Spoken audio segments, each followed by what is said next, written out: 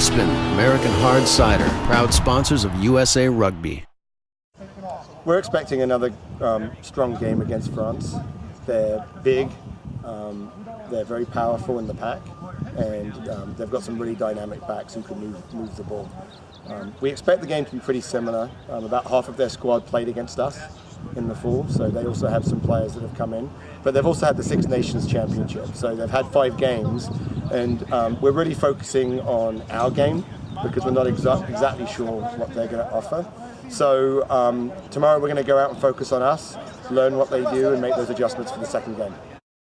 So I think that we have a really, really strong pack. A large majority of them were in the full tour with us, and we have some really inexperienced backs. So we're expecting our forwards to really set a strong platform, so our young and athletic backs have the time and space to be able to really express themselves and do some things that maybe we weren't able to do in the fall. We were disappointed with our back play in the fall, but we think that we can be better this time around.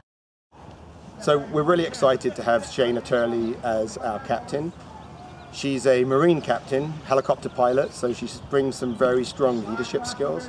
But we expect a lot of other people to step up. Jamie Burke was our captain in the fall, and Jamie is always the leader of our Type 5.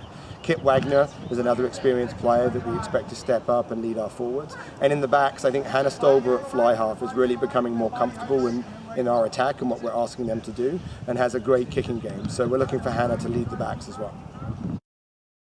Over the last year, we've seen a huge development in our squad. When we went to the tour in the fall, we really didn't tour with 30 players that we felt could play international league. It was definitely a huge amount of running. But at the top 60 camp, we saw a number of players step up. They're really growing and developing as rugby players, and Molly Kinsella is a great example of that. A year ago, Molly wasn't ready, but she's made a commitment. She traveled to Australia to play rugby, she traveled to Canada to play rugby, she's played as much rugby in the last year, and now she's getting to start against France. And she's just one of the players that has really stepped up over the last year.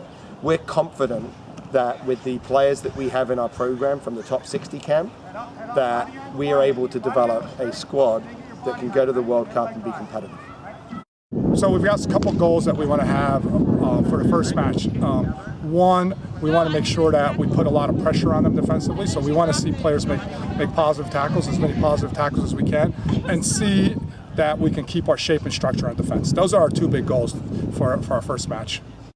Well, they're going to be big and strong. They can play. They're typical. They're very French in the way they play. They have a strong set piece. So we're looking at. They're probably going to try to drive a lot off the line outs, but they also like to play with the ball. So we have to be able to defend both aspects. We can't just focus on, okay, we're going to stop them tight and not think that they're going to be able to move the ball. So it's a massive challenge for us defensively, because we can't just get comfortable defending one aspect of the game. We have to defend the whole game, and which is a really good challenge for us, especially 14 months out from the World Cup. I think that getting players to identify where the attack is going and where the threats are, that's been a big focus of our work this week.